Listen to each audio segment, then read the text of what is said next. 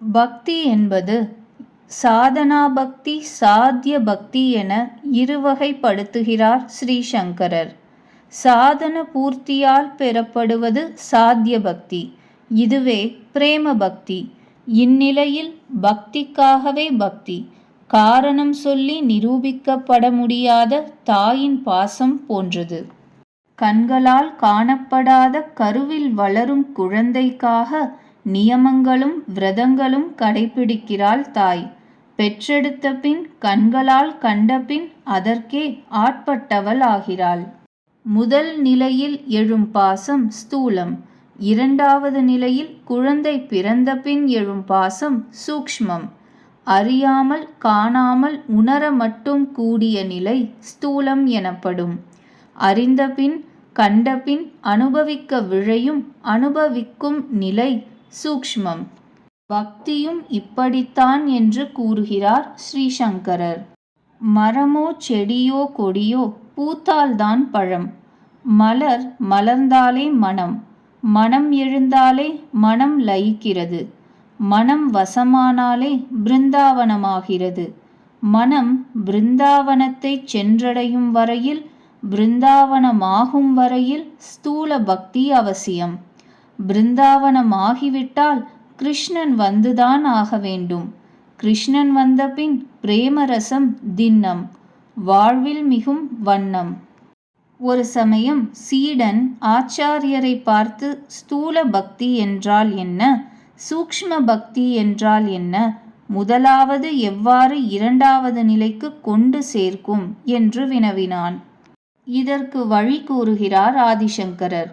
அவரவர்க்குரிய வர்ணாசிரம தர்மங்களில் உறுதியுடன் நிற்பது, பிரதிமையிலோ சால கிராமத்திலோ கிருஷ்ணனை வழிபடுதல், கிருஷ்ணனுக்கு பற்பல விழாக்கள் எடுத்தல், இடைவிடாத ஹரிதாசர்களின் சங்கம், எப்பொழுதும் ஆர்வத்துடன் கிருஷ்ண லீலைகளை கேட்பதில் உற்சாகம், வாய்மை, பிறன் மனை நோக்காமை, மற்றவர் செல்வத்தில் விருப்பம் இல்லாமை, அவதூறு பேசாமை, தீர்த்த யாத்திரை, கிருஷ்ணன் கதை கேட்காமல் நாளெல்லாம் வீணாகின்றனவே என்ற தாபம், இவையே ஸ்தூல பக்தியின் அடையாளங்கள்.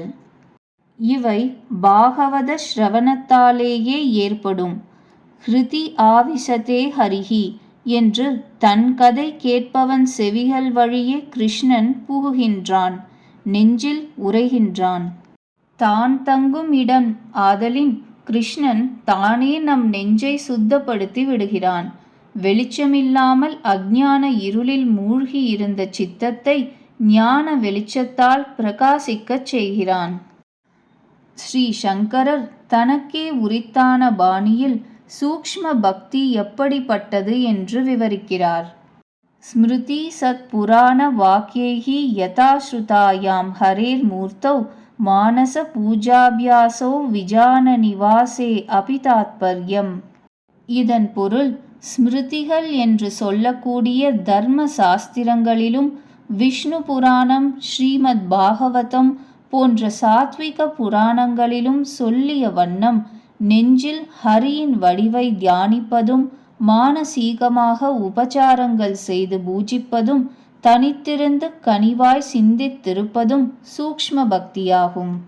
காணுமிடமெங்கும் கிருஷ்ணனே நீக்கமர நிறைந்திருக்கிறான் என உணர்வதும், எவ்வுயிருக்கும் தீங்கு நினையாமல் இருப்பதும், எல்லா உயிர்களையும் தன்னுயிர் போல் நேசிப்பதும், தானாக கிடைத்ததில் நிறைவும், நான் எனது என்பவை இல்லாமையும், சினமின்மையும், மென்மையான பேச்சு, அறிவில் தெளிவு, இகழ்ச்சியிலும் புகழ்ச்சியிலும் மனம் மாறுபடாமல் இருத்தல், விருப்பு வெறுப்பு, லாபம் நஷ்டம், வெற்றி தோல்வி போன்ற இரட்டைகளில் மனம் நிலை பெயராதிருத்தல், எதற்கும் அஞ்சாமையும் சூக்ஷ்ம பக்தியின் அடையாளங்கள். அளவு கடந்த தூக்கம், ருச்சி மிகுந்த உணவு, கேளிக்கை இவை தவிர்த்தலும், பற்று நீக்குதலும், இறை உணர்வில் நிலை பெறுதலும், வீண் பேச்சிற்கு இடம் கொடுக்காமல் இருப்பதும், கிருஷ்ணன் நினைவில் திண்ணமுடன் நிற்பதும் சூக்ஷ்ம பக்தி. ஹரி கீர்த்தனம், ஹரி கதா ஸ்ரவணம், கிருஷ்ணன் குழலிசை இவை காதுகளில் விழுந்ததும் சிலிர்ப்பு, மகிழ்ச்சி, கண்ணீர், பூரிப்பு இவை உண்டானால் சூக்ஷ்ம பக்தி நிலை பெற்று விட்டது என்று பொருள்.